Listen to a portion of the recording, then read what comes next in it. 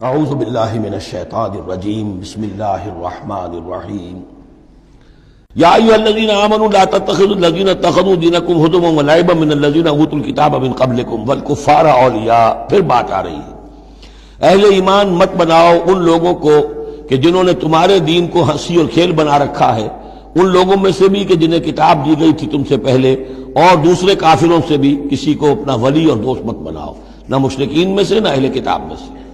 واتقوا اللہ ان کنتم مؤمنین، اور اللہ کا تقوی اختیار کرو اگر تم مومن ہو۔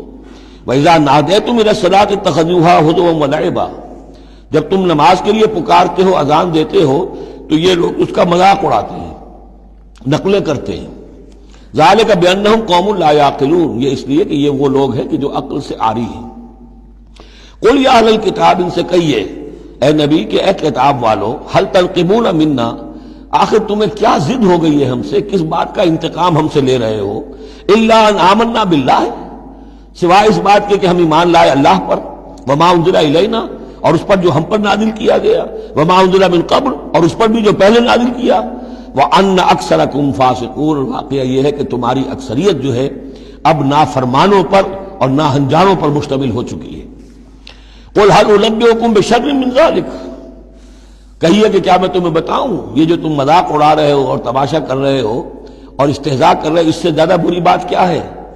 مصوبۃ عند اللہ، سزا ہوگی اللہ کی طرف سے، اور وہ سزا کیسی کیسی ہوگی؟ من لعنہ اللہ، جس کو اللہ لعنت فرما دے، وغضب علیہ، اور اس پر غضبناک ہو جائے، وجعل منہم القردۃ والخنازیر، اور جس میں سے کہ پھر وہ بنا دے بندر اور خنزیر، وعبد الطاغوت، اور جنہوں نے بندگی کی شیطان کی، اولئک شر مکانا واضل عن سواء السبیل، یہ سب کے سب جو ہیں بہت دور کے درجے میں ہیں، بہت برے مقام میں ہیں، اور بہت دور چلے گئے ہیں، بہت ہی زیادہ بھٹکے ہوئے ہیں سواء السبیل سے۔ وَإِذَا جَاءَكُمْ قَالُوا آمَنَّا، اور جب وہ تمہارے پاس آتے کہتے ہم ایمان لے آئے، وَقَدْ دَخَلُوا بِالْكُفْرِ وَهُمْ قَدْ خَرَجُوا بِهِ، حالانکہ وہ داخل بھی ہوئے تھے کفر کے ساتھ اور نکلے بھی ہیں کفر کے ساتھ۔ میرے نزدیک یہ اشارہ ہو رہا ہے انہی لوگوں کی طرف جن کا ذکر سورہ آل عمران میں ہے، جنہوں نے فیصلہ کیا تھا کہ صبح کو ایمان لاؤ، شام کو کافر ہو جاؤ، تو وہ داخل بھی ہوئے ہیں تو کفر کے ساتھ، نکلے بھی ہیں تو کفر کے ساتھ۔ وہ داخل ایک لمحے کے لیے بھی انہیں ایمان کی کوئی حلاوت نصیب ہوئی ہی نہیں، شعوری طور پر یہ فیصلہ کر کے کہ رہنا تو ہمیں اپنے ہی دین پر ہے، لیکن دھوکے کی خاطر اور اسلام کی اور اس دین کی جو ساکھ بن گئی ہے، اس ساکھ کو نقصان پہنچانے کی خاطر ہم یہ سازش کر رہے ہیں۔ وَإِذَا جَاءُوكُمْ قَالُوا آمَنَّا وَقَدْ دَخَلُوا بِالْكُفْرِ وَهُمْ قَدْ خَرَجُوا بِهِ وَاللَّهُ أَعْلَمُ بِمَا كَانُوا يَكْتُمُونَ، اور اللہ خوب جانتا ہے، خوب زیادہ واقف ہے جو وہ چھپائے ہوئے تھے۔ وَتَرَىٰ كَثِيرًا مِّنْهُمْ يُسَارِعُونَ فِي الْإِثْمِ، اور تم دیکھو گے ان میں سے بہت سو کو کہ بہت بھاگ دوڑ کرتے ہیں گناہ کے کاموں میں، والعدوان، اور ظلم کے کاموں میں، وَأَكْلِهِمُ السُّحْتَ، اور حرام کے کھانے پر، لَبِئْسَ مَا كَانُوا يَعْمَلُونَ، بہت ہی برا ہے وہ عمل جو یہ کر رہے ہیں۔ لولا ينهاهم الربانيون والاحبار عن قولهم الاسم واكلهم السحت، کیوں نہیں منع کیا اور کیوں نہیں منع کرتے ان کے درویش، ان کے صوفی، ان کے پیر و مرشد اور ان کے علماء ان کو گناہ کی بات کہنے سے اور حرام خوری سے؟ ہمارے پیر بھی حرام خوری سے روکیں گے نہیں، انہیں تو اس میں سے نذرانے مل جانے چاہیے، اللہ اللہ خیر سننا، کہاں سے کمایا، کیا کھایا، کہاں سے، اس سے کوئی بحث نہیں۔ لولا ینہاہم الربانیون، حالانکہ کام تو یہ تھا کہ اللہ والے جو ہیں وہ انہیں روکیں، منع کریں، نہیں المنکر، امر بالمعروف جو ان کا فریضہ تھا۔ لبئس ما کانوا یصنعون، بہت برا ہے وہ کام جو وہ کر رہے ہیں۔ وقالت الیہود ید اللہ مغلولہ، اور یہود نے کہا کہ اللہ کا ہاتھ بند ہو گیا۔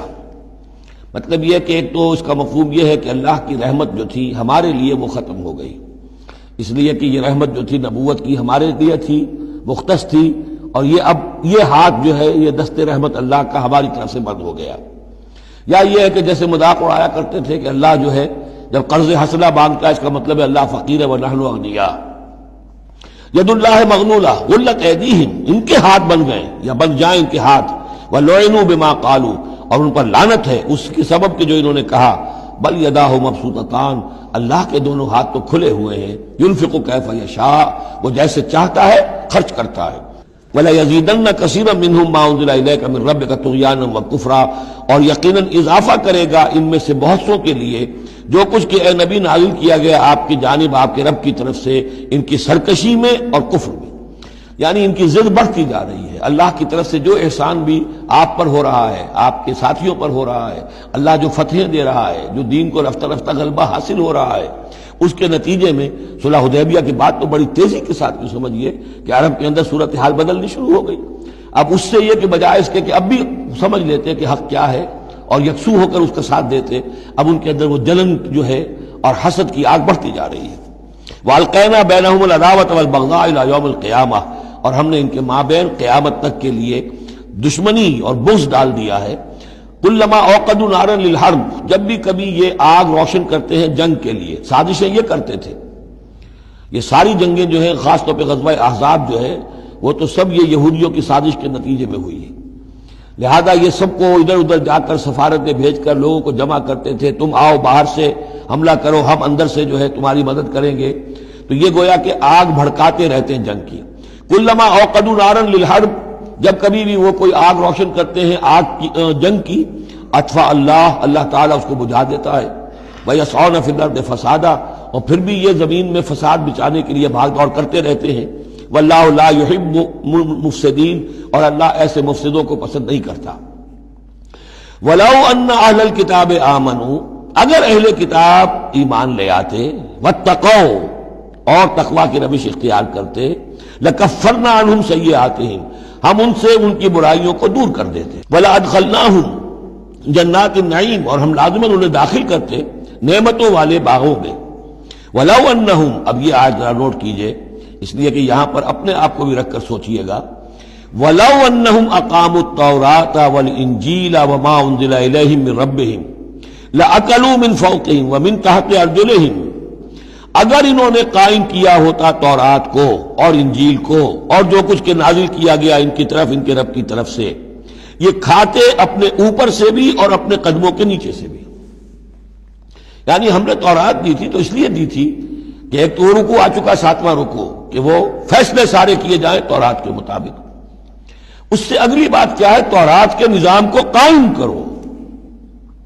ایک تو جھگڑا ہے، مقدمہ ہے، فیصلہ کرنا ہے، وہ بھی کرنا ہے شریعت کے مطابق۔ ایک یہ کہ قائم کرنا ہے پورے اس نظام کو جو تورات نے دیا ہے، پورے اس نظام کو جو قرآن نے دیا ہے، اس کو قائم کرنا ہے۔